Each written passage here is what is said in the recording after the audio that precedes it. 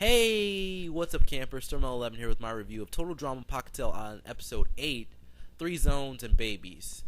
I think the reviews are going to be a few of them are going to be short. I was watching multiple episodes, but I was reviewing them at the exact same time. So I think a few of the reviews will be short and a few of them will be long. But I hope ultimately they're going to be short. And I think I said I'm starting this right after the last recording. The last recording was like 6 minutes, 6:25. So I hope this one's short as well. And I actually did ramble a little bit in that one, so it could have been like 5 or 4 minutes. Who knows? So this episode starts off with Sky's new team, and I'm sorry, when I watched this show, I did not learn the team names at all. I think they were like Creo or something, or Cree. Yeah, I don't speak that, and the names were difficult. Basically, I don't think kids would get this, kids or teens or whoever the target audience is. And yeah, Sky's new team. And do they ever start off with Dave's team? It seems like they always start off with Sky. And Jasmine and Sky are going to be friends. Expected. Today's challenge is it's called Hush or Die, and it's just the teams going through zones. And then Topher makes it worse because he keeps calling Chris old or thinks he's dumb or something. And now they have to carry babies throughout the challenge. And the first zone is going through lions and rattlesnakes. I believe the lions were asleep, and then the rattlesnakes were asleep as well. The rattlesnakes are venomous, but they won't kill you. And they have lions. I don't think we've ever seen that in the show before, so I like that. And the second zone has to do with Chef blasting people with noodles.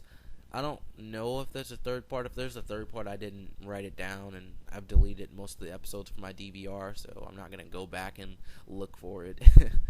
And I thought Sky's comment saying, this can't be legal, I thought that was funny, when the babies drop down. So they're hinting at the island being mechanical. They did it more than once this season, and it's probably hinting at the next season or the finale. Sky saves Dave in the challenge, and Jasmine is trying to make Sky treat Dave like the enemy because she's still mad over the stuff with Sean.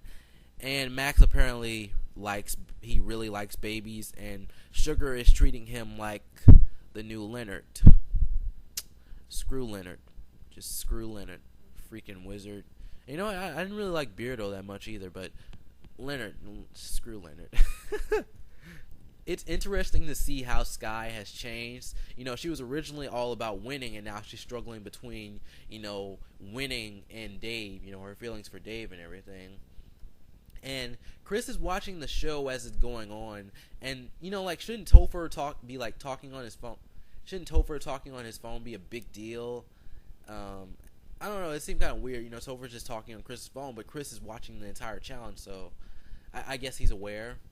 And I'm getting the feeling that Topher won't win because his goal has to do with Chris and taking over the show instead of winning the money. Well, I'm sure he wants the money as well, but it seems like the whole thing with Chris and becoming the new host is his main goal. And Topher's starting to get annoying. He keeps calling Chris old, and Topher got a lot of focus in this episode, and he's not really a main character. You could argue that all the characters are main characters, but many of them get more focus than others. And if you're focused a lot in the episode, you know what that means for this show.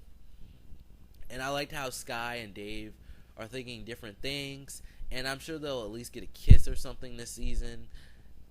But, I'm sure they'll get a kiss if they don't win. And Max really liked his baby and was going to keep it, but I thought Chef holding the gun to Max's head was funny to get the baby back. So Topher gets a call from the producers. Where was that? Okay.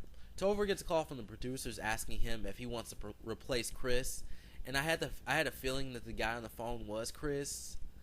And yeah, elimination time.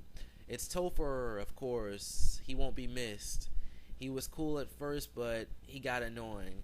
And I'm sorry that the transition in from the review to the elimination is very short, or there's not much build up, but that's exactly how the show is, and I bring that up in later reviews. The show is exactly like that. It's just elimination time. Well, you did something wrong in this episode, you're gone. You got a lot of focus in this episode, you're gone. There's not that much build up, and I'll talk about more of that in the later reviews, so look forward to that. And when you think about it, Sugar is the perfect contestant. You know, they have them doing nasty things and things that are just out there, and she's able to do all of them. She hasn't been eliminated yet, and that's a problem. And what do you guys think? Could she go far in the competition? And right now, it seems like Jasmine could go far, but she's struggling.